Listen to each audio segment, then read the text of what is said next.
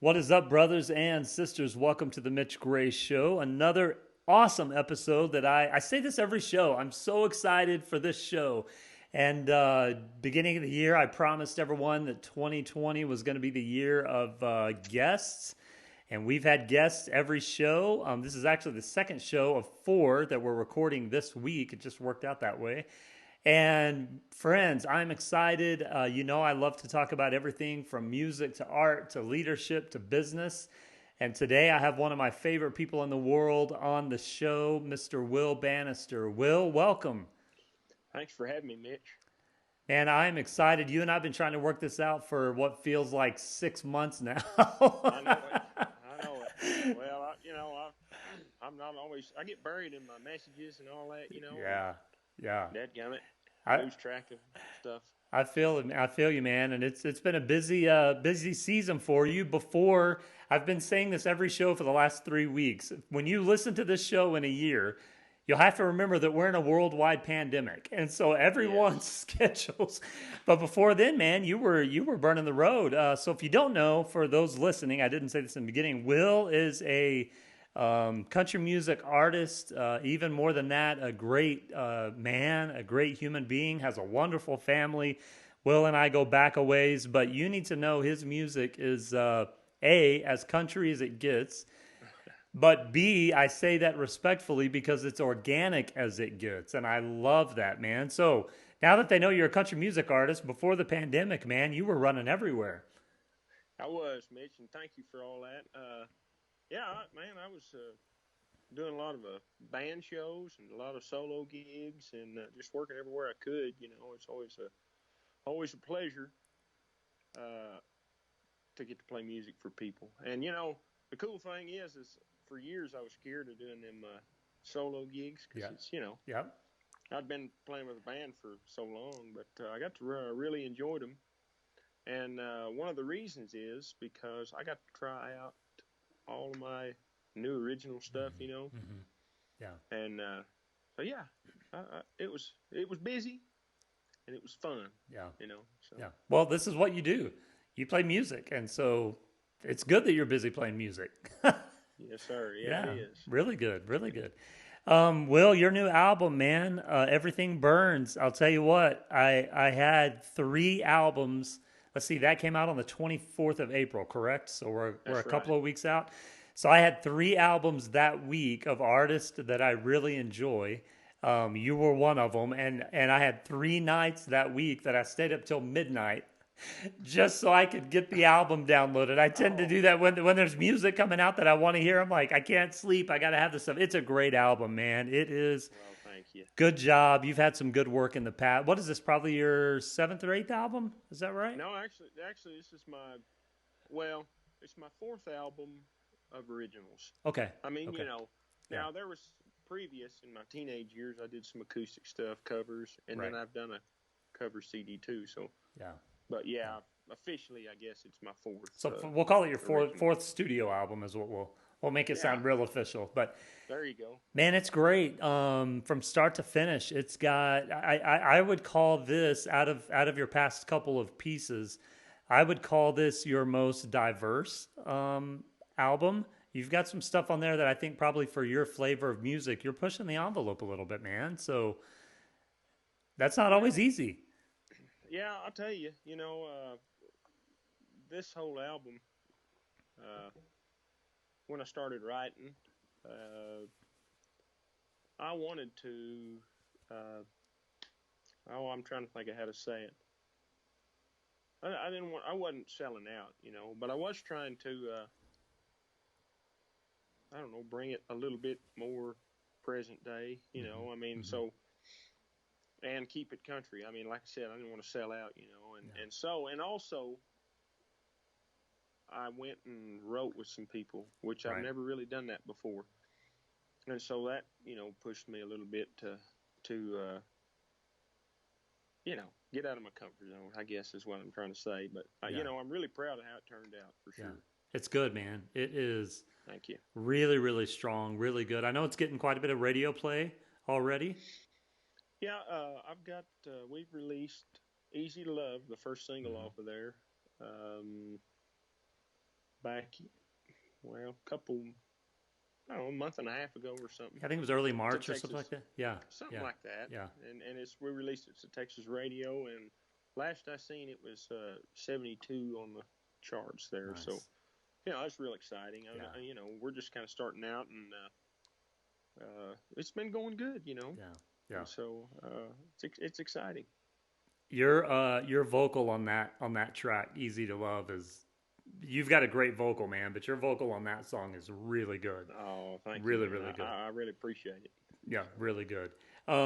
So a lot of my listeners don't know me as a lot of my listeners don't know me as a musician. And so, for those of you that don't know, I'm a songwriter and musician as well. And I bring that up to say co-writing is a different playground, a very different playground. How was that experience? Well, yeah. I mean, for me, it's always best for me to kind of go be by myself Yep, usually.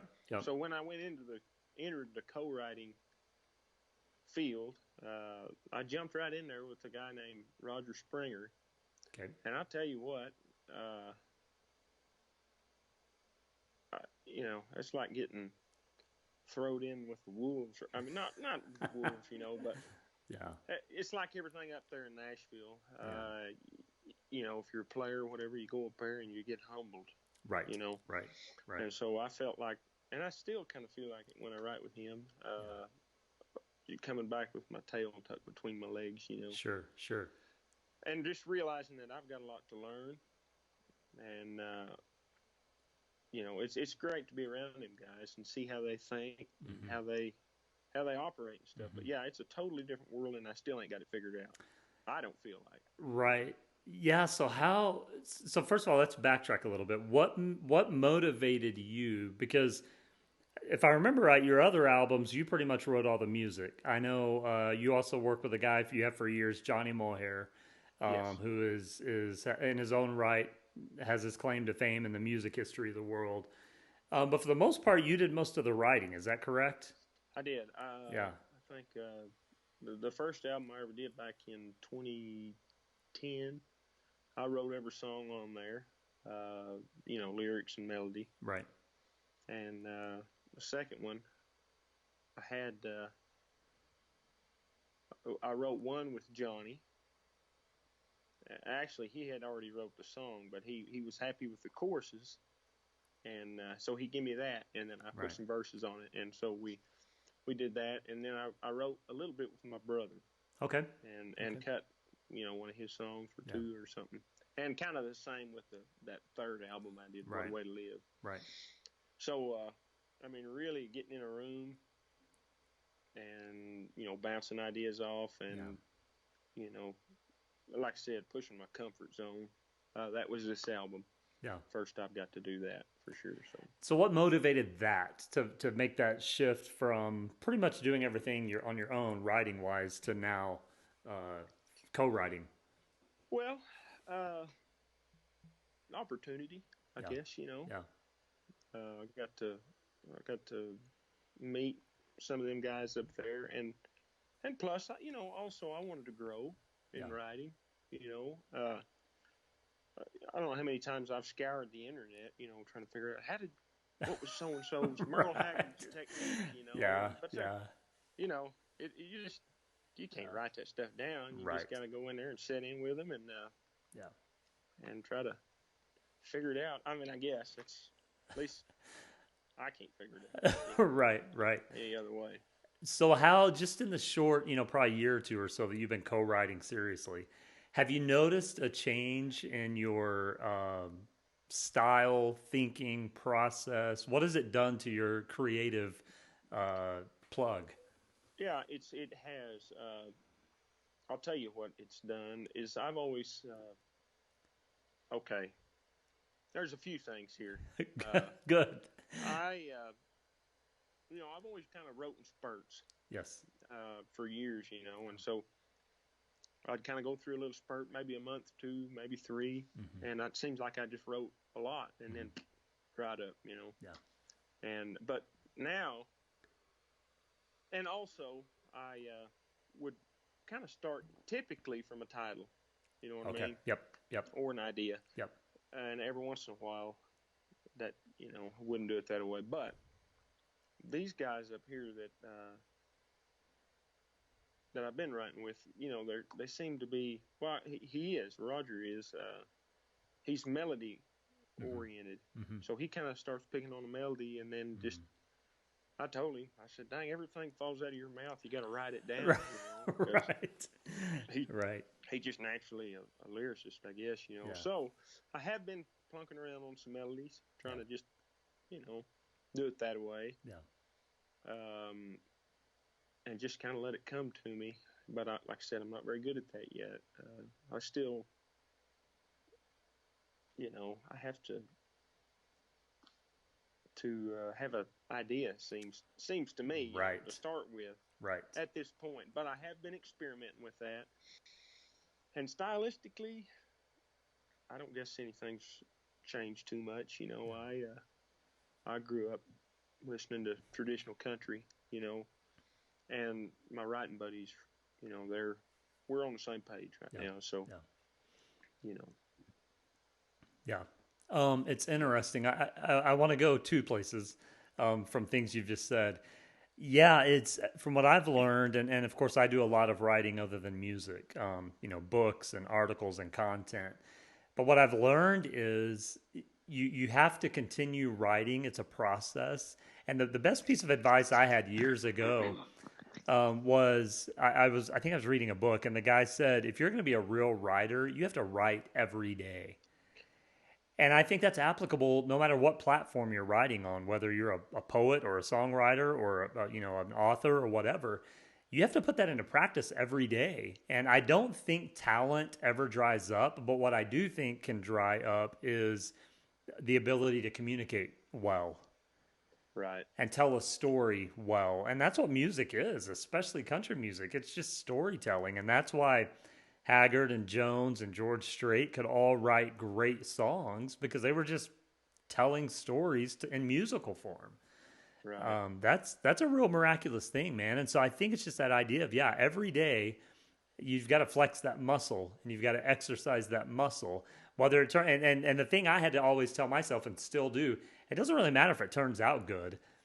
You're just working through the process, and something good will Right. come of it at some point. Yeah. That's exactly right. Uh, that's what these co-writers I've been working with were saying, that Yeah. You're going to write a bunch of duds, Yep. Yep. but every once in a while you'll stumble on what you hope is a Yeah. hit, I guess. Right. Right. Yeah. Or something's got you think might have potential, or something that's really good. Yeah. Yeah. So. And Yeah, sometimes three or four of those duds might combine to make a decent one. Yeah. I've looked back at my notebooks before and gone, oh yeah, that'll work with this. Yes. and it's sometimes you might think it's a dud at the time. Yep. And when you go back and listen to it, 2 or 3 months later, you think, well, it's not too bad. It's not terrible. Maybe you can tweak it a little too. Yeah. So. Yeah.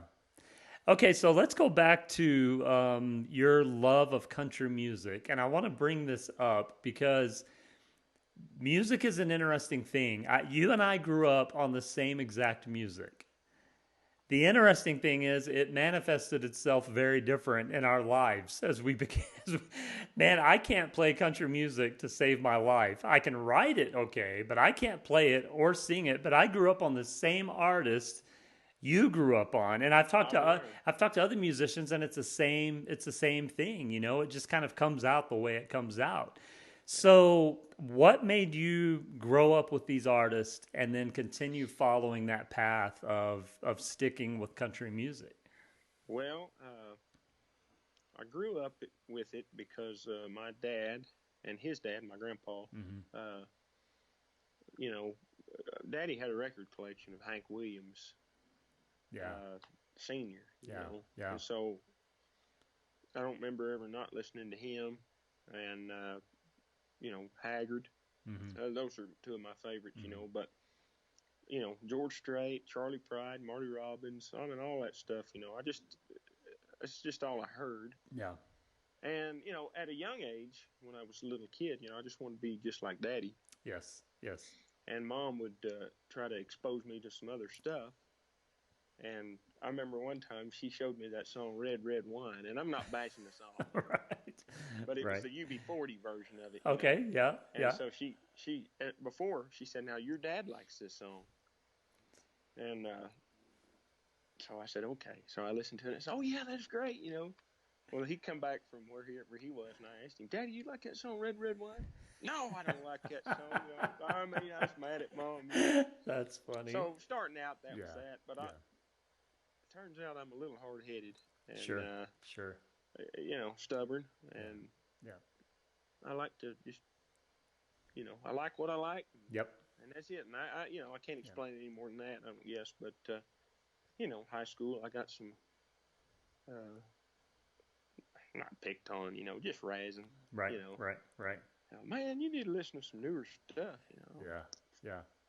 and so I just stuck with it, man, and Yep. it's in my soul too, Yep. Yeah. it's Yeah. I don't, and I like very little rock. Right. Right. I mean, as far as listening, I like the Eagles, Yeah. but kind of country sounding, a lot of that, Right. and I like Roy Orbison, I like Elvis, Yeah. you know, Yeah. and so, but as far as Yeah. I mean, you know what Yeah. I mean. Yeah. That's just as far as enjoyment, listening, enjoyment, Yeah. pleasure, whatever. Well, it's like I tell people, it's in your DNA. What you are, who It you is. are. You are what you are, and the quicker we can all figure that out about ourselves, the healthier people we are, and the more we can figure that out about each other. It's what you're passionate about is what you're passionate about, and that's a good thing. That's never a bad thing, and That's so right. it's never a bad thing, and it's That's right. because it does relate to what you said a while ago. A lot, especially when you're trying to make it in an industry like music. It's difficult to navigate and stay true to what your DNA is because the Yeah. marketplace is telling you, here's what you need to do to sell records, or here's what you need to do to sell books, and it's tough, man. When you're talking about trying to make a livelihood on something you love, it can become kind of personal sometimes. So Right. it's challenging. I'm sure you've faced some of those barriers, of trying to figure out what that looks like, still being true to yourself. Absolutely. Absolutely. Yeah. Like I said, this is the most contemporary stuff I've done. And Yeah. how contemporary sounding it is, I don't know. But, It depends on who you ask. I guess so. It Yeah. depends, all relative. Depends on who you ask. No, it's a great record, man. So you recorded this record in Nashville, correct? So yeah, I did. We went to Sound Emporium, and so 5, 6 of those tracks are we went in there, uh, booked the studio for 2 days. Sound Emporium, the B room over there.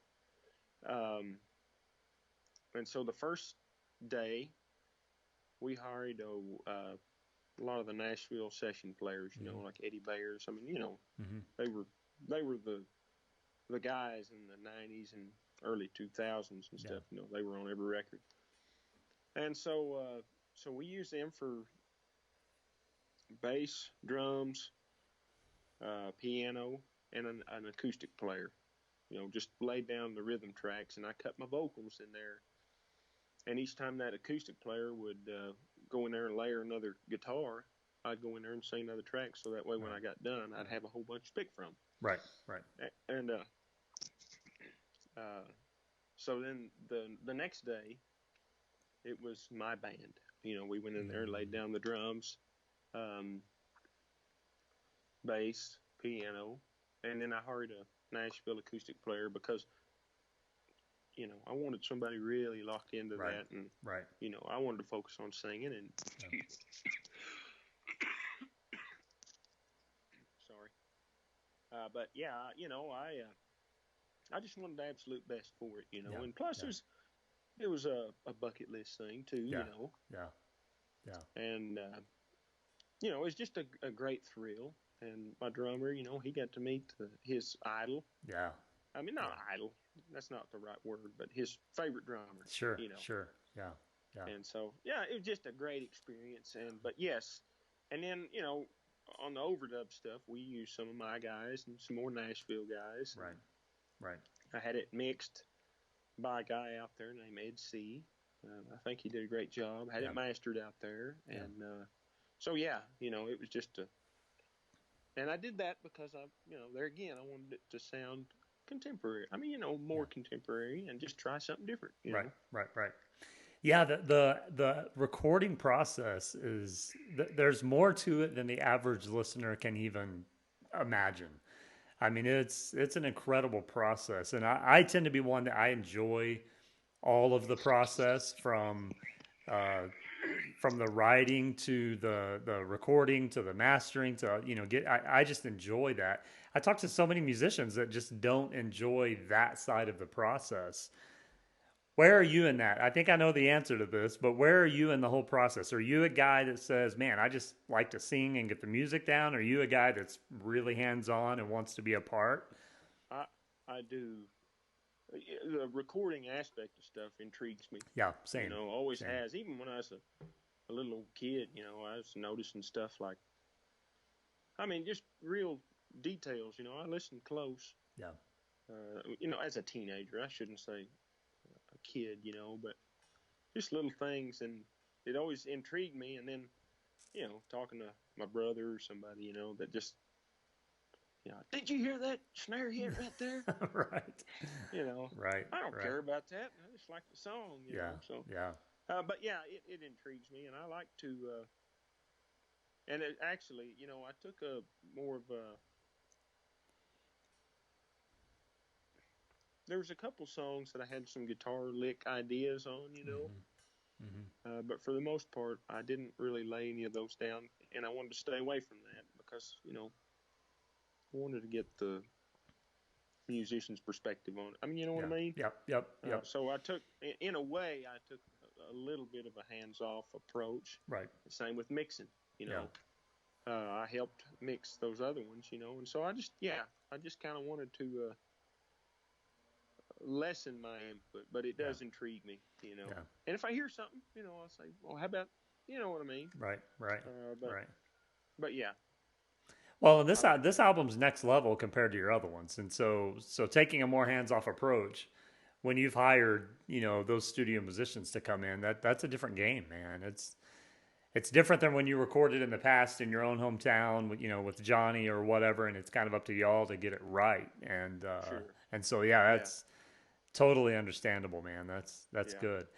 Well, and I'm proud of all of them. Oh yeah, yeah, They each yep, had their place yep, in yep, building my career and everything. But yep, I'm a guy that likes to look forward. yep, You yep, know, yep, and so yeah, yep. No, they're all good. So yeah. on this newest one, Everything Burns. What's your favorite track? You got to choose one. I'll tell you. Oh man, that is tough. One of them I wrote.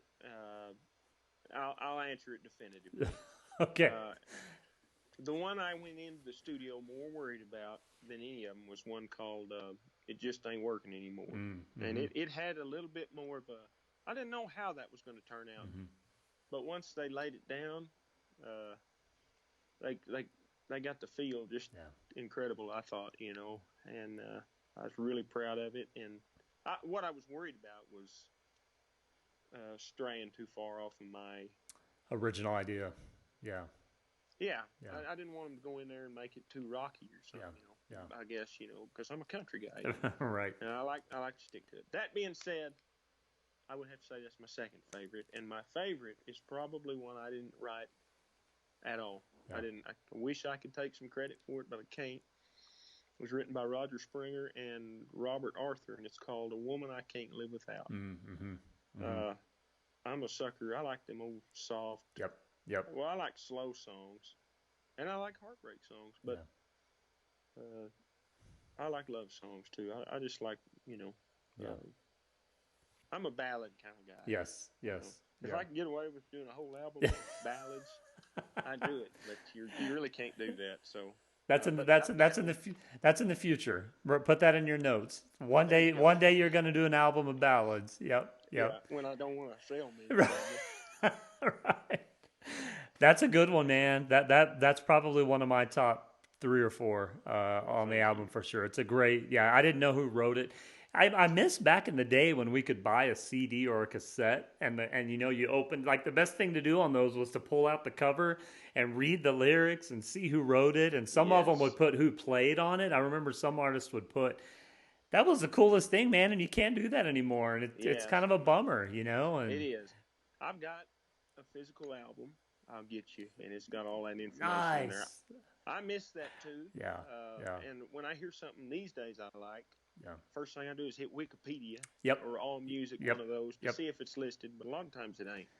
Well, So on Apple Music now, and they may do it on other players as well. I don't know, but Apple Music, a lot of the artists, you can click that button on the bottom left, whatever it's called, and it'll pull up the lyrics on your yes, phone and who wrote it. And I was glad when they added that feature, because yeah, I just missed that, man. That was, I do too. and the smell. I was into the smell. Like, the cassette covers just had this smell to them that made you go, "Yes, I got the new whatever it is." Oh, I know. And there wasn't nothing like going, back. It was cassettes and CDs when I was, Hmm. like at the mall. I remember Camelot Music being Yep. in there. Mom would go to the Yep. mall, take us kids, and leave Yep. my button Camelot Music, Yeah. and I'd go look through the tapes and CDs, and they had that little deal where you can Yep. scan a CD and listen to pieces of songs, and Yes. Yes. that Yep. whole deal was, Interesting uh, time. yeah, and I do miss it, Yeah. but Yeah. it is very easy to access lots of good music too Oh, now, it's incredible. Yeah. so No, the platform. I mean, the world shrunk. I mean, you can find music, and as an artist, you can put your music out to so many more people that you couldn't before in a quick amount of time. So, yes, uh, yeah, but yeah, man, if you've got a CD, I'll even buy it from you, because I just love having. I'll probably never play it, because I don't even think I have a CD player anywhere, to be I know, honest. I know, But I just to know. open it up, and man, that's yeah, old school right there. So, Yeah, yeah. um, And I'll make sure and get you one. are you going to do any vinyl? I know that's really taking off again.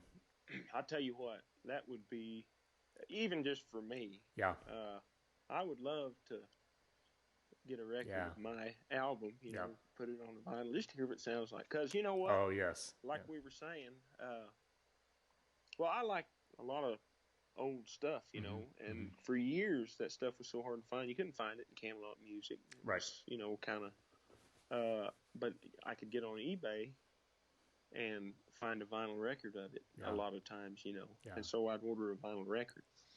But I love the way vinyl sounds, yeah, and yeah, it'd be a thrill to get to do that. I don't have that on my list right now, yeah. but one of these days, because it's expensive to get it It done, is. Yep, yep. But it's really making a comeback, and people are buying vinyl, Are which they? which I find very interesting. Yeah, very, Yeah, it's a crazy very deal. interesting. But no, it's even when we were still touring quite a bit, people would ask constantly, "Do you have that on vinyl? Are you going to do it on vinyl?" I'm like, "Well, not when it costs me $15 a record to make." I know that's I the mean, that's it's the crazy. that's the Yeah, whole thing. But but yeah, I mean, my ambition, I guess, on that deal would be just mostly to yeah, say just you to did it. hear it, Yep, see what it sounds like, yep, yep. a keepsake, Well, you know. and I would guess you've got a really strong clientele that vinyl might surprise you. The sales might do really well. You So might be right there, yeah, but uh, but it is kind of scary it getting is. there and spend Yep, all that money to get some yep, vinyl pressed up. yep, yep. You know, one of Pre-sales, these days, pre-sales. That's how you do it. pre-sales. Yeah, Pre-sales. Then you don't have to worry about that's right. You know what? That's a good idea. it. Yeah, Look into pre-sales. that. Hey, Will. So you've got a wonderful family, man. How in the world have you been able to balance those cute little kids and your relationship with your wife? How I've kind of been able to see your career, blossom and grow and just kind of evolve. But for our listeners, maybe even for someone who's trying to start a career or start a business even. Business approaches aren't different because it's a different, career path. It's the same. Right. How is that balance? What have been some of the struggles you've had to go through? What are some of the compromises you've had to make? What are some of those things you've had to do to really make this dream become a reality? Well, first off, I got a heck of a wife, and she, got my back. I should say that, and I wouldn't be able to do it without her. Yeah. Without her, that support system, and she's been real good about, if I'm gone for an extended amount of time or something, or a lot Right. throughout the month or whatever, she's been real understanding. She knows, Yeah. she gets it, Yeah. and probably knew what my intentions and goals Right. were when she married me. Right. Right. So that's first off, and I'm trying to think of business stuff. Business has been I'm trying to think how to say this. I've not always been good at making business decisions, Yeah. Yeah. and it's taken a while to learn that you gotta think about it as from a business perspective. And you know what? I'm still trying to figure all that out. Yes. Yes. And I'm hoping that one of these days, it'll pay off. Yeah. To Yeah. I don't know if that makes any sense or not. Oh, it does. Yep. It can be a struggle. Yep. And yeah, it can be pretty tough and stress you out. Yeah. But you just got to realize, for me, I mean, it's my livelihood. Mm-hmm. It's what I want to do from here on out. And yeah, Yeah. I gotta try to treat it that way. Yeah, I think it's interesting. I think when you have something that you just know you want to do in life, call it your dream or your passion, or like we said earlier, it's in your DNA. Sometimes it's difficult, and I think because you're an entrepreneur. Yes. You're running Will Banister Inc. And what Will Banister Inc. does is plays country music. And I think what's difficult, especially for creative people who say, look, I know what I want to do. I know how I want to live in this world. It's hard for us to sometimes go, okay, there's a couple of ways that can go. You can only do that and never accomplish anything, or you can focus on it and build it on a strong foundation and it'll succeed over time. I think we avoid that second option more often because it takes more time. Yeah. It Yeah. just takes more time. It does. And you know what? A lot of times, for me personally, a lot of things pop up. I don't want to mess with that. I don't want Yep. to think about it. It's Yep. too hard. It Yep. stresses me out. And I just want to go play my music. Yes. But you can't do that, Yes. And I'll tell you, man, Yeah.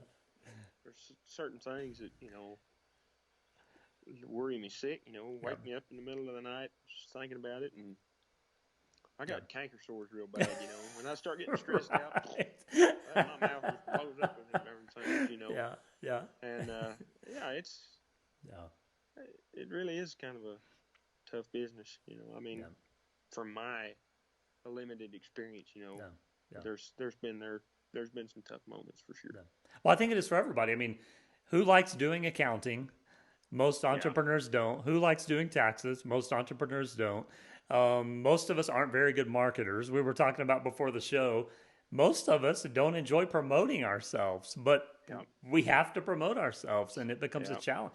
And the thing that really helped me years ago was when I started putting into perspective the things I don't enjoy doing are actually serving the greater purpose of what I want to accomplish. When I could kind of shift that in my head, it's still not easy doing accounting every month, but I at least know, okay, if I take this hour, it's going to serve the greater purpose of what I really want to do. Right. And that kind of, I call those mind Jedi tricks. It's like you're tricking yourself into believing in something when you really don't.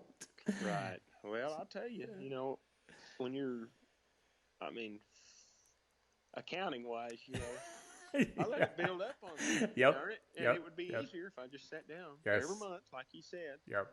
and just get it done. Yep. And Yep. that way you're not going through 12 months of stuff you done, you know, and having to remember, well, what did I, you know, Yeah. yeah. So yeah, I get that exact. I mean, I get that Yeah. for sure. Yeah. And I think entrepreneurs, we're all in the same boat. We know what we want to do in life. We just want to do that, and we may not know how to get there, but we know where we want to go, and so it's just laying that brick by brick to get there. So, Yeah. so let's talk about what we're obviously in the middle, as we as we mentioned in the first part of this episode. We're in the middle of this crazy pandemic, man, and things have shut down. Things have gotten really interesting for everyone, not just musicians, but for business owners and consumers and everyone. Looking past that, talking about touring, and it's kind of difficult to put out an album during this because one way you support an album is playing shows. And Yes.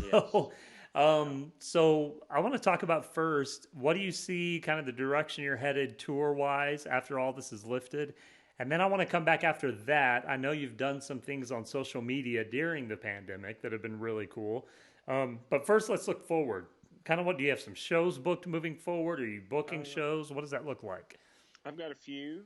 I haven't really booked a whole lot due to all this because Yeah. I don't know No, what's gonna, yeah, no you one know, knows. No one yeah, knows. Yeah. there's just no way to know. Yeah. So right now, I'm just kind of taking a wait and see approach. But I'll tell you, my goals for the future is for years I've done this as a, you know, I've played a lot of dances, Hmm. 4 hour sets, you Hmm. know, I mean 4 hour nights, you Hmm. know, and or three or whatever, you know, and it mostly cover songs just to keep them on Right. the dance floor. Right. Right. And I'll tell you, my goal for in the future soon, hopefully, is establish myself as more of an artist instead of a Yes. cover act, you know, Yes. or a Yes. dance band. Right. So I'd like to get out and start doing my originals. Yeah. You know, that's kind of what I would love to do, and it's hard. You know, I Yeah. seen a meme the other day that said, "Oh shoot, I shouldn't even brought it up because now I can't remember." But it said something like, "Had a oh no, never mind, forget it." It was It was funny. like, It was funny. it was funny. It was talking about how, you know, to keep people from coming to your shows. That's what it was. Yeah. Keep Yeah. people home, Yeah. not coming to your shows. Play Just do a bunch of originals. original Yeah. music. You Yeah. know, Yeah. that was just funny. You Yeah. know, but Yeah. it's kind of true too. You know, Yeah. I mean, sort of. You know, at least when you're trying to entertain dancers. Yeah. You know. So here's not the only reason, but one of the main reasons guys like you are further ahead in the game musically than I am is because I won't play covers. I just don't. I committed. I started writing songs at 12 years old. Right. And I just fell in love with writing music, and I committed. When I play and tour, I'm playing my stuff. Much like you're stuck on country music, that's who you are. It's your DNA. I'm a writer, Right. Right. and we over the years, man, we played a lot of 3 and 4 hour shows, and I made sure 2.5, 3 hours of those were originals. And Right. I didn't. But it's not easy because it's hard. It's very difficult to book paying gigs when you're an original artist. But Yeah. that was in my DNA, and I couldn't go against that, Right. And looking back business wise, probably not the best approach, but Right. it's what I can live with. It's what I can go to Yeah. bed at night, and Yeah. Uh, you know, and that's neat that you have done that. You know, and I'll tell you, you know, doing these covers for all these years, and even like some private events. You know, we played some weddings or yeah, whatever, and yeah, throw in some rock and roll. You yep, know, and yep, I'm not a rock and roll guy, but I've sang some. yep, And I tell you, I just looked at it as a challenge, yeah, and I've, you know, it's been good for me vocally. You know, I've yes, got to yes, really kind of hone my skills on the bandstand. yeah, I guess, you know, if yeah. I don't want to sound egotistical or No, anything. no, no, That's not what I'm going for, you know. yeah, But you know, I feel like it's helped me be a better singer yeah, than I was, you know. yeah, At least I hope. I mean, you know. yeah. I mean, Well, you know, I've pushed myself, try to oh expand sure, my notes and yep, my range and yep, everything, you know. So yeah. Well, I would thank you for sharing your goal with us, and I would encourage you greatly pursue that goal, because you've got really, really good original music, really good, and it deserves to be heard by people. And B, there's nothing cooler than singing your song on stage and look out and other people are singing it. I know it. And you've experienced that, but that is, as an artist, that's just like, it was so funny. I have a quick personal story I'll tell you. We were playing a show a couple of months ago, actually, and I told you before the show that I lost my singing voice, and so we had to bring in another lead singer, one of my good friends, and he's doing a great job. But anyway, it was so funny. We were in the middle of a show, and we were playing one of our originals called "The Door" that I wrote quite a few years ago, and there's an instrumental break, and during that break, he walks back over to me and he whispers in my ear, "Isn't this an original song?" And I go, "Yeah." And he goes, "People are singing it." And I go, "Yeah, that's the point." Yeah. And it kind of took him by surprise. He's like, "Whoa, I'm learning all these new songs that I don't know, and other people kind of know them." And it's as a creator, that's a cool thing, man. That's a really cool thing. It is a very cool thing, and I tell you, I got a story kind of like that. It's I was playing, and before this album, I had a batch of songs wrote. A bunch of them I didn't cut, Yeah. So I was trying one out on stage one night, and it was the first time I'd ever played it for that group of people. Anyway, it might have been the first time ever. But I noticed towards the end of the song, they were a couple of them were singing along. I thought, hey, that's cool. Might be, it kind of shows it might be catchy enough. You know what I mean? So. Yep. And I wound up not recording that particular song. Yeah. But it is a good feeling. Well, hey, that's built-in album sales. If they're already singing it and you haven't cut it on the album that you do cut it on, you've got people that are going to buy it. So that's smart marketing, Will. Good job. Well, yeah, and I'll tell you the funny thing about that is I took that idea and I took it up to my writing buddies, and we actually rewrote that thing. So maybe in the future. Yeah, who knows? Might stick it on who knows? Yeah. So, while we're on it, let's talk about this. Let's talk about fan experience. So you've had these venues you've been playing for a long time, and a lot of them are dance based, venues or bars or whatever. So let's go two ways. If people were to show up to their local bar to go dancing, as an artist, what would you want them to get out of that experience?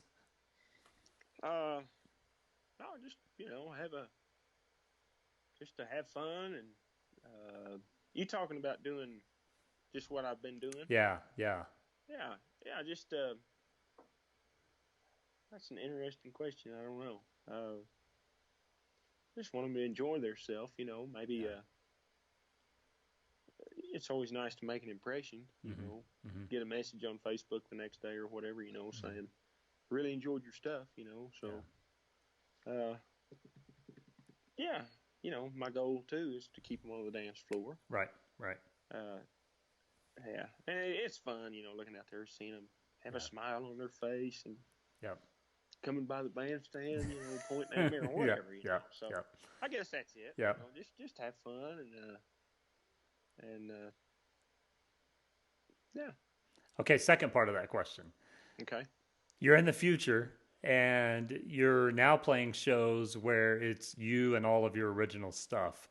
So it's much less dance floor oriented, and folks are paying $25 a ticket to see Will Banister.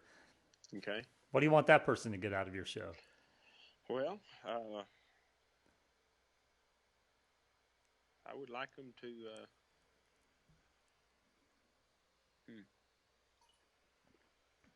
I don't know. So I guess sort of the same deal. I'd like them to enjoy my original music. I don't know, man. I'd have to think on that a little bit. Yeah. I don't know. It'd be nice to be up there with some of the classics. Yeah. I mean, you know what I mean, as far as songs that I grew up listening to. So if you could ever get to that point, that would be pretty special, I guess. But I don't know, Mitch. That's a tough question. It's interesting to consider, though, isn't it? It's interesting to go. If I'm offering these people, because that's to me where creative arts is very different than selling a normal product. Because if I sell you this phone, I know what I want you to experience, but I also know what you're probably going to experience. And when you're selling something abstract like music, it's almost like these people are paying 25, $30 to come see me play my stuff. Like it's almost like a very interesting exchange that happens. And that's, I always like to ask artists that question. What do you want the people to get out of having that experience with you? Yeah. And it's interesting, man, from a fan perspective and an artist perspective to consider that. It is, and I'll tell you, as a fan, when you hear a song, I mean, it could be like a Haggard record, and I'd have a CD of a Haggard and skip certain songs, never actually listen to them. Right. And then one day, for some reason, sit there and listen to that particular song. It's just like, golly, it just hits you. I mean, you know what I mean? Yep. And then you can't quit listening to it. Yep. So that, I mean, I guess the same would apply for an artist. Yes. You want them to be affected and moved by that particular song. And I remember here a while back, I did a song that I did not write. Right. But I'll tell you right now, it will be. I'm not going to tell you the title or nothing. It'll be on my next one. Teasing us already. I like it. I don't know when that'll be, but it's going to be on there because I love the song. And I tried it out at a little acoustic deal, and the reaction I got was pretty special. Yeah. So, I guess that's kind of it seemed like it might have moved a person or two, maybe. It moved me. Yeah. I love the song. So. Yep. That's awesome. Well, hey, Will, this has been fun, man. I've enjoyed talking with you. Like I said, I've had a privilege of watching your music, not as long as some, but I think I remember the first time I saw you play. It was before you started playing with Johnny and them. It was out at the fairgrounds for something that was and it's been, gosh, that was probably in could it have been maybe 2007 or 8, maybe 2009. That's quite possible. Somewhere in there, somewhere in there. And I was actually playing a deal out there. It was like the next day after you, but I remember watching you play, man, just you and your guitar. And so it's been kind of neat to watch your evolution and watch your talent just grow and your songwriting grow, and that's cool, man. It's cool to see someone move along the way, I appreciate that, Mitch. And I didn't know that. Yeah. You'd seen me out there, so that's neat. Keep up the hard work, man. You're one of the hardest working artists I know out there as well, and that's hard work is a choice, and you're definitely a hard worker. So yes, sir. So the album's great. Friends, go out and get it. You can download it anywhere that music is available. Everything Burns is the name of the album. Make sure you follow Will on Instagram, Will Banister Music. That's Banister, 1N. Just keep up. He promised me before the show that he was going to get better at posting on Instagram.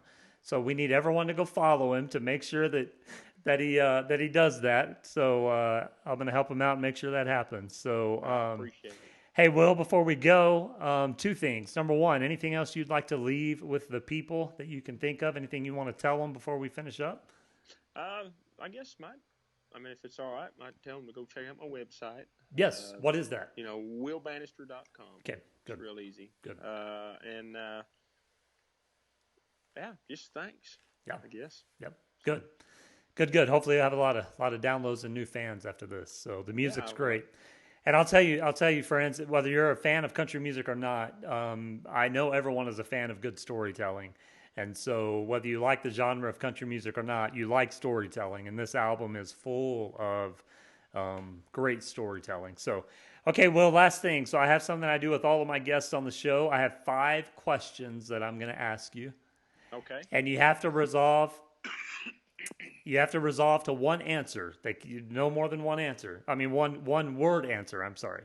One word. So I'm going to ask you 5 questions, one word answer. It's kind of a speed round type of a thing. We'll see how it goes.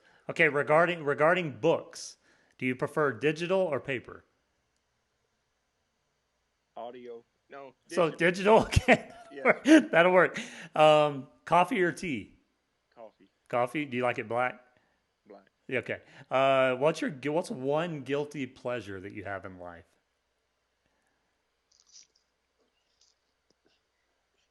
Candy. Candy? Yeah. That'll work. What's Or your Oreos. Oh, there you go. Oreos. Okay, so do you love Oreo? This is outside of the 5 questions. Do you love Oreos so much that when they come up with the seasonal ones, do you buy those? No. You just like the regular ones. I like the regular, and if I ain't careful, I'll go through a roll like that. So, Now we know. What's one thing that you cannot live without? family. Family. Good. I had a gut feeling you were going to say that. And what's your favorite season of the year? So the 4 seasons in the year. What's your favorite season? Summer. Summer? Nice. So we're about in the middle of it, and it's been hot. We are. Yeah, it's already getting hot. Of course, So, closer to the end of summer, I might say. fall? Winter. Yeah, yeah, exactly. Hey, Will, It's summer. this has been a pleasure, man. Thank you so much for joining us, and good luck on your album. It's a great record, your best one to date, and this has been good, man. Thank you so much, Mitch. I appreciate you having me on. It's been a blast. Yes, sir. Make sure you stay on the line after we finish. You and I'll finish up.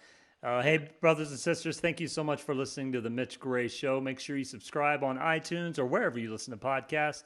The Mitch Gray Show, that's Gray. Follow us on social media, M Gray Media, again, Gray. Make sure you subscribe to our YouTube channel, Mitch Gray Media. All of our podcasts go on there via video, and then you can subscribe to the podcast to get the audio version. So, brothers and sisters, we hope you are safe. We hope you are well. Make sure you hug and love on those you love dearest, and we will talk to you next week.